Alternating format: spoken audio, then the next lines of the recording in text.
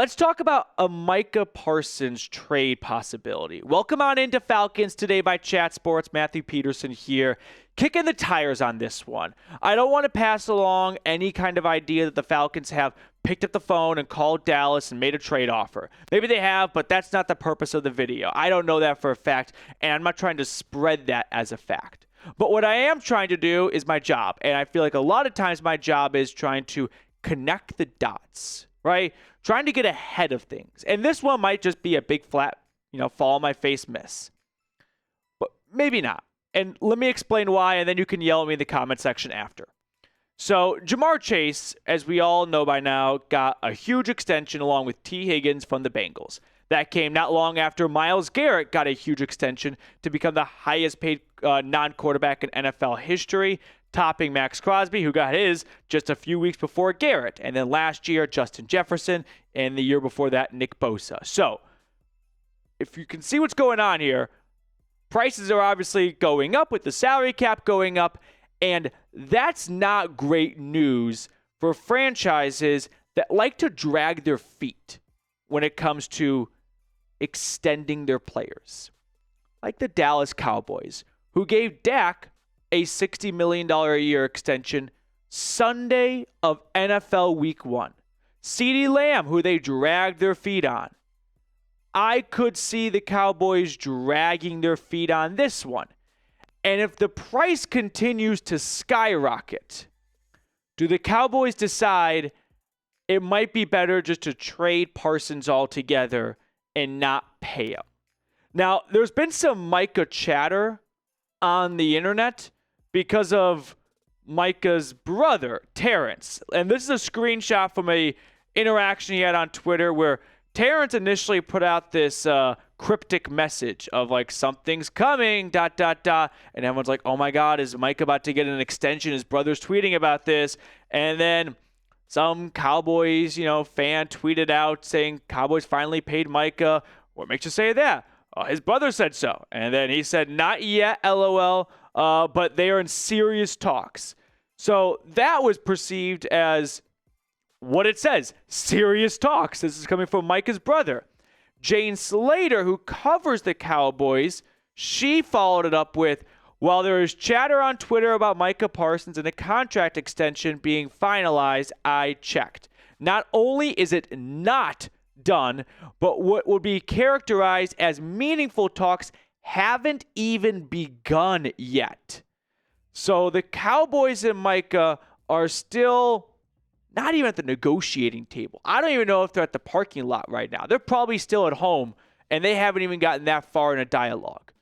But with what happened to Ja'Marr Chase getting over $40 million a year, one would think Micah's asking price is now $41 million a season, which begs the question, do the Cowboys want to pay Micah Parsons?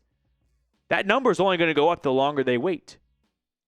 Who's to say another player won't swoop in and top Ja'Marr Chase if they drag their feet with Micah Parsons? And there's always been some level of smoke around the Cowboys not loving Micah off the field.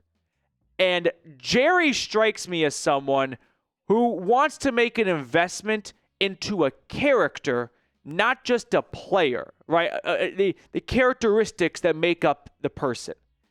And Micah's never been afraid to speak his mind online. By the way, speaking of Micah, Terrence basically said, I made all that up. Why would you ever believe me? This just goes to show. Micah said, my brother Terrence does not speak for me. So there was actually no validity whatsoever to what Terrence had to say. He was just trying to get interaction online. Back to the story, though.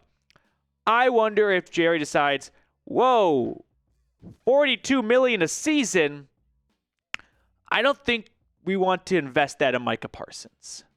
And this would be the time to trade him because it's a very deep and loaded pass rusher class. You're probably not going to find another Micah Parsons, but you might get 3 draft picks out of it who put together could be better than Micah. And then Jerry, who is obviously they're all billionaires, but he's really rich, gets off the hook for paying $42 million a year, $170 million, with well over $100 million guaranteed. Just paid Dak, you just paid CD. He may not decide he wants to do that after a losing season. So I bring this up because I'm not trying to fabricate anything here. There was this, we'll call it rumor, that came out last April from a Cowboys beat reporter, I think it was a radio host, Shan Sharif, who said, I've heard from way too many people this offseason. I'm talking about at least 4 different people that Micah has worn thin here. I don't know how much is true and how much it actually hurts. I don't know whether this is the behavior of a typical superstar. I don't know how damaging it is, but all I do know is this. I've heard from way too many people that if Micah Parsons was out of there, there would be a decent amount of people inside the Ford Center at the Star in Frisco smiling or breathing a sigh of relief. So I'm not discussing all this into a Cowboys video. As you could imagine, we can now bring the Falcons into the mix here. It's no secret Atlanta desperately needs a pass rusher. They struck out in free agency. They didn't get the good chance to sign anyone. And they may decide to, instead of betting on themselves in the drafts, and as a franchise, they suck at that, to just take the shortcut and go trade for a proven player. That, yeah, you have to pay now, and you don't get the benefit of all their greatness on their rookie contract, but you also don't roll the dice on another Vic Beasley or Takk McKinley. So here's what I think a Parsons extension could look like. 4 years, $168 million. That's an average of $42 million a season with $115 million guaranteed. As always, the way I like to look at contracts, subtract 1 from the year, 3 years, apply to the guaranteed. 3 years, $115 million. So that is what I think Parsons is going to get roughly. And that would top Jamar Chase. And I think Parsons is going to want to just get more than just a little bit more. Like, this was a petty kind of, give him an extra $4 million. So actually, at $1 million, whatever the math is. So he's now the new highest paid non-quarterback. No, I think Parsons would come in here and blow this number out of the water with 42. So now that we looked over what it would cost to get Micah, cost to pay Micah, what would it cost to get him? Somewhere in this neighborhood? 2 firsts and a third. Khalil Mack got traded from the Raiders to the Bears, and he was coming off a Defensive Player of the Year season, or 2 years removed from one. He went for firsts and seconds. Wasn't very far off from this. This is kind of just a simple one. Maybe there's some picks going back and forth. A third here, but a fifth over here. But at its core, I think you're giving up 2 firsts and a future day 3 pick. This is probably on the higher end. I don't want to pass it off as, it'd be super cheap, just 1 first rounder. No, of course not. You'd have to give up, I'd imagine, 2 firsts. Especially because Dallas, I don't think, really wants to trade Micah. Like, it's not like they're calling people for Micah. I think if someone called them for Micah and made this offer, they'd really consider it because it allows them to avoid giving him that huge extension. And if we're going to take Sharif's word for it, a bit of a sigh of relief, because I think some of his online, off-the-field antics have worn thin with Jerry Jones and company.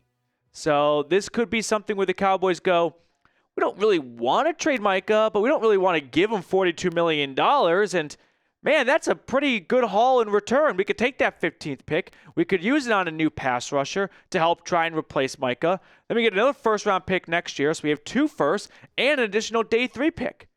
Micah's better than whoever we're going to get at 15, but he might not be better than 15, another first, and another third.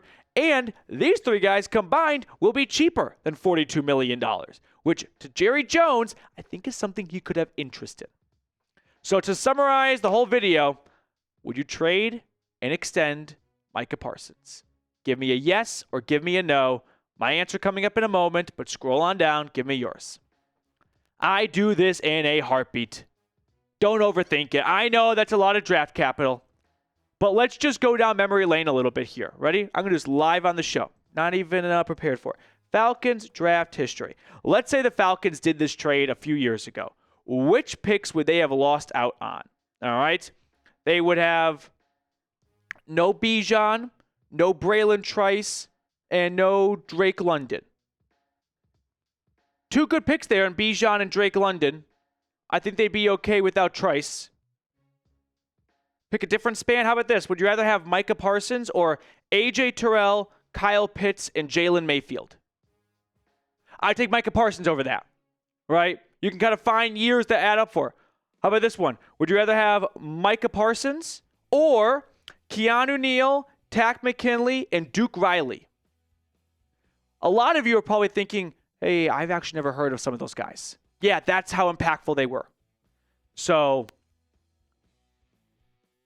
it's not always a good time to do it. If you're picking top 10 like Atlanta was for Bijan and Drake London, but if you feel like Micah can be the piece that puts you in the 20s when you were selecting Calvin Ridley, Takk McKinley, Keanu Neal at 17, Desmond Trufant, he was good. I mean, if you think you're picking late round 1, it's not a bad bet to make on yourself. Because sure, London and Bijan are great, but those were 8th overall picks. I would hope with Micah and Penix firing, you're not picking top 10 anymore. You're picking in the 20s. All right, before we sign off, quick reminder, over at Fanatics, they have some great sideline gear, 35% off. So go to chatsports.com/ATL sale. I put that link in the comments and description of today's video. So if you want to get some more Falcons gear in your closet for the summer, they have more than just this pullover right here. They have lots of stuff on sale. So check it out today, chatsports.com/ATL sale. Thank you all so much for watching. I really appreciate everyone for tuning in and hanging out with us. If you enjoyed the video, give us a like on your way out, and I'll see everyone later.